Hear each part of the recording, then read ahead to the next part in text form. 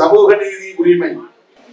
பிராமணர்களே அந்த காலத்தில் எல்லா துறைகளிலும் எல்லா தளங்களிலும் நிறைந்திருந்தார்கள், ஆதிக்கம் செலுத்தினார்கள், ஆக்கிரமித்திருந்தார்கள். இந்த நிலையில பிராமணர் விளக்கம், the exclusion of Brahmins என்கிற ஒரு கான்செப்ட், ஒரு கருத்தியல் அன்றைக்கு நீதி கட்சியை தொடங்கிய தலைவர்களிடையே மலர்ந்திருந்த காலம். பெரியார் அப்போது நீதி கட்சியிலே இல்லை. ஆனால் நீதி கட்சி அப்போதே அனைத்து துறைகளிலும் பார்ப்பனர்களே மேலோங்கி இருக்கிறார்கள், ஆதிக்கம் செலுத்துகிறார்கள், ஆக்கிரமித்திருக்கிறார்கள்.